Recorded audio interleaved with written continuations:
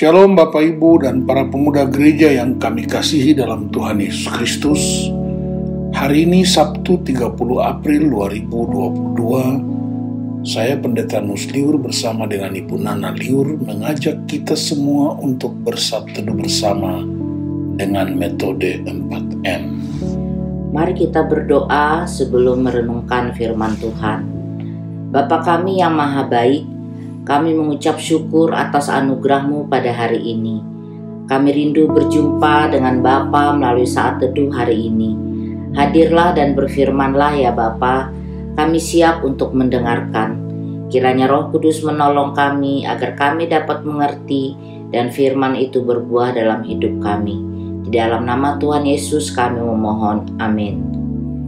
Ayat renungan kita pada hari ini terambil dari bahan saat teduh Sinode GKO, yaitu Yohanes pasal 20 ayat 23 dengan tema otoritas para rasul dan gereja.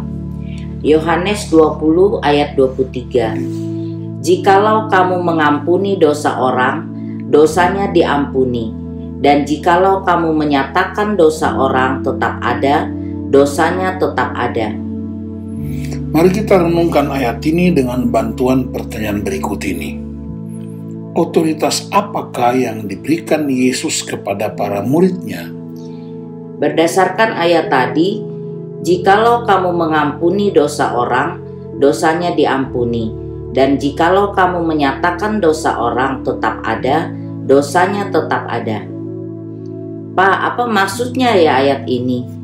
Bukankah yang berhak untuk mengampuni dosa manusia itu hanya Tuhan Allah saja? Ya benar, hanya Allah yang berhak untuk mengampuni dosa-dosa kita. Nah, untuk memahami ayat ini, kita harus menghubungkannya dengan ayat 21, ketika Yesus mengutus para murid. Yesus mengutus para murid untuk memberitakan Injil. Nah, Injil adalah kabar baik. Salah satu kabar baik yang harus disampaikan oleh para murid dan gereja saat ini adalah berita tentang pengampunan dosa.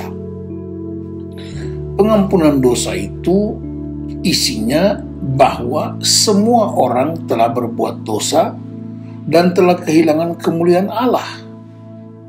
Orang yang berdosa akan dihukum dan mengalami kematian kekal. Dengan cara apapun manusia tidak dapat menyelamatkan dirinya sendiri. Namun karena begitu besar kasih Allah akan dunia ini, maka Ia mengaruniakan Yesus Kristus bagi kita.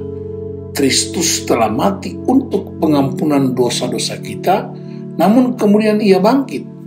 Nah, barang siapa yang percaya bahwa Yesus adalah Tuhan, maka ia akan diselamatkan, dosanya akan diampuni. Barang siapa yang tidak percaya kepada Yesus, ia akan dihukum karena dosanya tetap ada. Oh, jadi otoritas yang Yesus berikan kepada gereja adalah untuk memberitakan bahwa pengampunan dosa atau keselamatan itu hanya ada di dalam Yesus Kristus ya Pak. Beriman kepada Yesus Kristus akan diselamatkan, sedangkan yang tidak beriman akan dihukum. Ya betul, pemberitaan tentang pengampunan dosa itu harus diberitakan kepada orang-orang non-Kristen dan juga kepada orang-orang Kristen atau anggota jemaat. Oleh sebab itu, dengan otoritas yang diberikan Tuhan Yesus dan kuasa Roh Kudus, gereja harus tegas menyatakan dosa adalah dosa, tidak boleh kompromi. Dosa adalah pelanggaran akan hukum-hukum Allah. Setiap dosa akan ada akibatnya. Gereja tidak boleh menurunkan hakikat dosa menjadi sekedar masalah, karena jalan keluar masalah itu ada banyak, tapi jalan keluar dosa hanya satu, yaitu bertobat. Bertobat artinya kita mengakui dan meninggalkan dosa itu serta senantiasa hidup takut akan Tuhan. Tanpa adanya kesadaran tentang dosa dan kuasanya yang mematikan, orang-orang akan terus bermain-main dengan dosa dan mengabaikan pengampunan Tuhan. Sebagai jemaat, kita juga harus menghormati otoritas gereja ya Pak.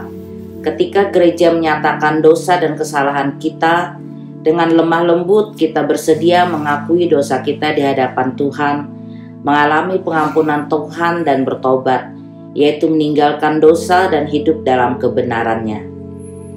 Ya, bagian gereja adalah memberitakan tentang kebenaran, berani menelanjangi perbuatan dosa tanpa kompromi, serta memberitakan bahwa pengampunan dosa selalu tersedia di dalam Yesus, serta menuntun umat agar hidup dalam terang firman-Nya setiap hari. Bagian umat adalah memberi diri dikoreksi oleh firman Tuhan. Mengakui dosa dan bertobat adalah perintah Tuhan. Dan ketika itu dipraktekkan, maka pengampunan Allah akan terjadi. Kita dibebaskan dan hidup menghasilkan buah, yaitu karakter yang semakin bertumbuh serupa karakter Kristus, serta bersemangat untuk memberitakan kabar baik melalui hidup sehari-hari, agar banyak orang yang percaya kepada Kristus. Wah, luar biasa firman Tuhan hari ini. Jika mendengar berita tentang pengampunan dosa, saya tidak boleh mengabaikannya atau menganggapnya murahan, tapi menyambutnya dengan syukur dan sukacita. Itu membuktikan betapa besar kasih Allah dalam hidup saya. Saya pun akan terus membagikan berita bahwa pengampunan dosa dan keselamatan hanya ada di dalam Yesus Kristus saja. Amin. Puji Tuhan, Roh Kudus menolong kita untuk terus taat pada perintah-Nya. Mari kita berdoa menutup Saat Teduh hari ini. Kami bersyukur kepada-Mu ya Tuhan, sebab pernyataan Tuhan, otoritas Tuhan yang diberikan kepada gereja untuk memberitakan pengampunan dosa. Tolonglah kami ya Tuhan, tolonglah gereja-Mu untuk terus menggunakan otoritas ini dengan benar, agar banyak orang diselamatkan. Ya Roh Kudus, tuntun kami umat-Mu untuk menghargai dan menghormati otoritas yang Tuhan berikan kepada gereja, menghargai anugerah pengampunan yang Tuhan berikan. Kami terus senantiasa hidup dalam kebenaran dan kasih-Mu setiap hari. Tolong kami untuk membagikan kabar baik ini kepada semua orang, untuk mengalami Kristus dan pengampunannya. Di dalam nama Tuhan Yesus Kristus kami bersyukur. Haleluya. Amin. Terima kasih jemaat yang dikasihi Tuhan. Tuhan Yesus memberkati.